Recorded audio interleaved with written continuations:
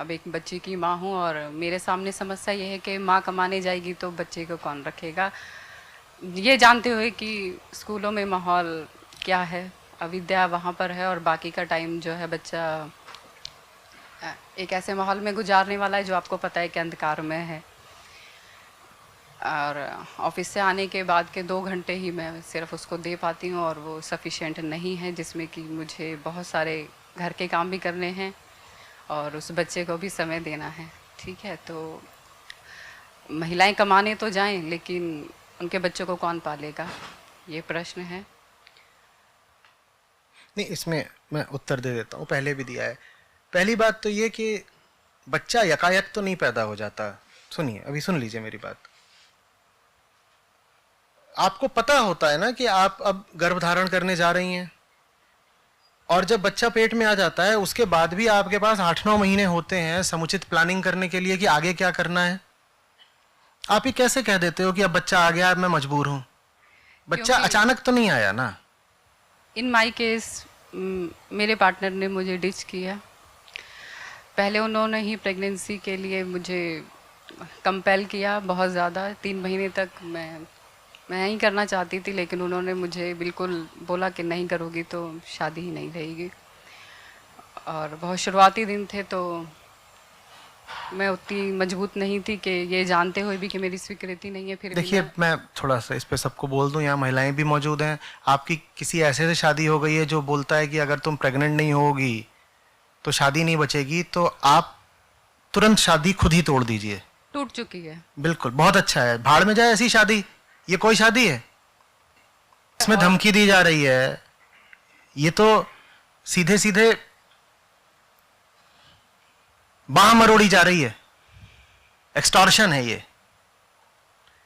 बहुत ज़्यादा वो मुश्किल टाइम मैंने बिताया, मगर अब था बच्चा तो थोड़ी मतलब 3 महीने बाद फिर मैं अबॉर्ट नहीं करा सकती, तो बच्चा आया तो फिर मैंने उसको स्वीकार किया। बाद में भी उसकी जिम्मेदारी उसके पिता ने नहीं ली।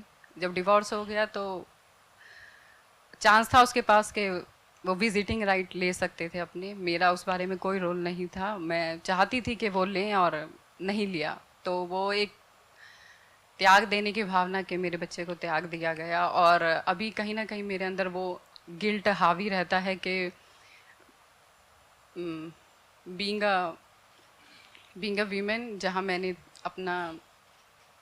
अपने कॉन्फिडेंस को, अपनी शक्ति को लेकर ये डिसीजन लिया, लेकिन एक बच्चे को फादरलेस लाइफ। कोई फर्क नहीं पड़ता। तो ये रुक जाइए, एक ये बात भी बोलनी जरूरी है।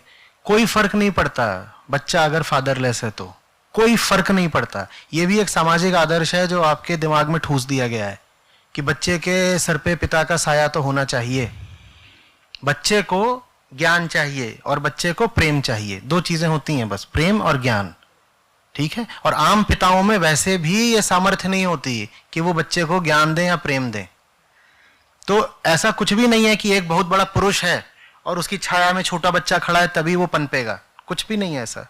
हाँ, मैं मानती हूँ, लेकिन अभी बच्चे की सिक्योरिटी एक चैलेंज है मेरे लिए। सिक्योरिटी माने कैसी? सिक्योरिटी के अगर मैं उस तरीके का घर बनाती हूँ जैसा आप कह रहे हैं, हाँ, तो वो और मैं ही फैमिली हैं ऐसे में। बढ़िया बात है।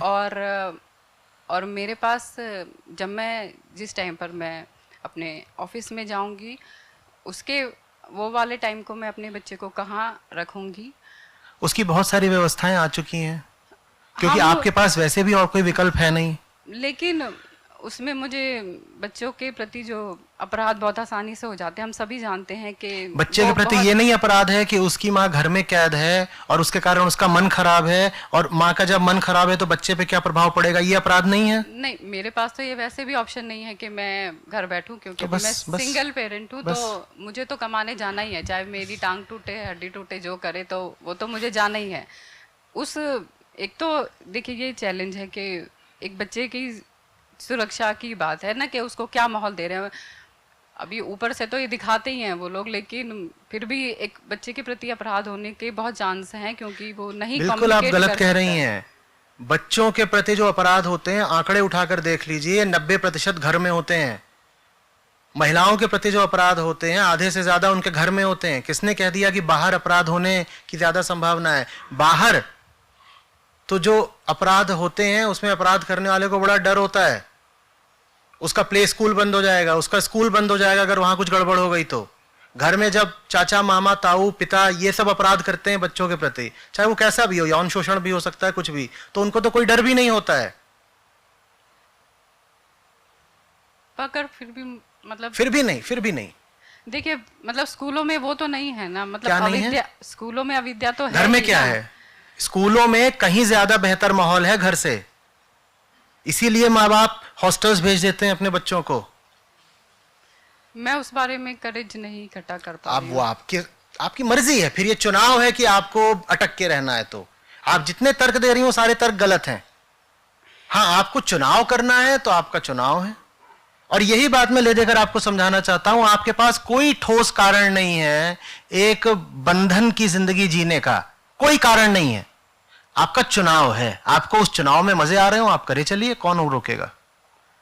और इसके साथ जो प्रगति में बाधा है वो कि अकेले करते करते घर्षण की रगड़ और दर्द इतना ज़्यादा हो गया है कि कई बार उससे पीछे हटने को मन चाहता है, लेकिन नहीं हट सकती। तुलनात्मक तौर से लग रहा है वो, नहीं तो अपना पालन करना और एक छोटे बच्चे का पालन करना कोई इतनी बड़ी बात नहीं होती है। तुलनात्मक तौर पे लग रहा है। जब आप उन गृहिणियों को देखती हैं जो घर में रहती हैं और उनको बना बनाया पैसा मिल जाता है, तब आप कहती हैं कि उनकी जिंदगी में ना घर्षण है ना संघर्ष है, मुझे ही क्यों इतना झेलना पड़ रहा है। वरना आपको वाकई ऐसा कुछ ज्यादा नहीं झेलना पड़ रहा। नहीं, मैं जानती हूँ, मैं बेहतर स्थिति में हूँ, लेकिन फिर भी मतलब मेरे पास एक, क्या बोले उसको, मतलब लीज का नहीं टाइम है ना, आपको एक छुट्टी का नहीं टाइम है। मेरे पास भी नहीं है, मेरी जिंदगी में छुट्टी नहीं, मैंने पिछले 25 साल से नहीं ली। तो वो रुकिए, अब अपनी ही रॉ में आगे मत जाते जाइए। छुट्टी नहीं ले रहे तो उसमें तकलीफ क्या हो गई? आपको कम से कम इतवार की छुट्टी तो मिलती है, मुझे तो इतवार की भी नहीं मिलती। मुझे तो होली, दिवाली, दशहरा की भी आज तक कभी छुट्टी नहीं मिली। उस घर्षण की रगड़ से राहत कैसे? घर्षण क्या है? काम कर रहे हो उसमें घर्षण क्या आ गया? मेरा दर्द सुनने वाला नहीं कोई। क्यों कोई सुने आपका दर्द? आप दूसरों को क्यों नहीं सुन रही? मैं तो सुन ही रही हूँ जो मेरे ये क्या है? आप देख रहे हो, इन कारणों की वजह से आप फंसे रहते हो कि कोई तो होगा ना जो मेरा दर्द सुनेगा, जिसके कंधे पे सर रख के 2 आंसू रो लूंगी। इन सब चीजों के कारण आप अपनी पूरी जिंदगी गिरवी रख देते हो। ये सब चीजें हैं, इन चीजों के, इन क्षुद्र चीजों के लिए आप फंसना चाहते हो।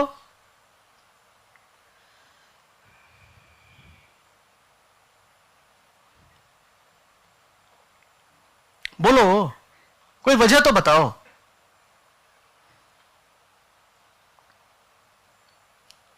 खाना बना बनाया मिल जाता है, टिफिन सर्विस लगा लो यार, जिस तरह का चाहोगे मिल जाएगा। इतनी सुविधाएं उपलब्ध हैं। आप में से सब लोग बड़े शहरों में ही रहते हैं अधिकांश। सफाई करने वाला बाहर से आ जाता है, बच्चों के लिए 100 तरह की सुविधाएं हैं, ऑनलाइन जगत है।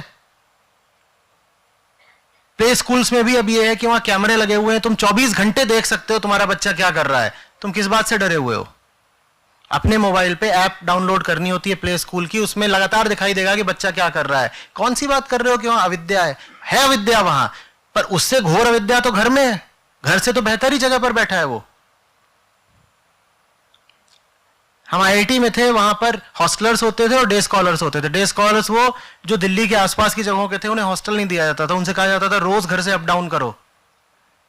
ये अपने आप को बड़ा अभागा मानते थे डे स्कॉलर्स, क्योंकि इन्हें रोज घर जाना पड़ता था। और हम भी जानते थे कि उनका विकास हॉस्टलर्स इतना हो भी नहीं पाता था। कोई भी व्यक्ति एक हॉस्टल में या एक स्कूल में कहीं बेहतर माहौल पाता है घर की अपेक्षा।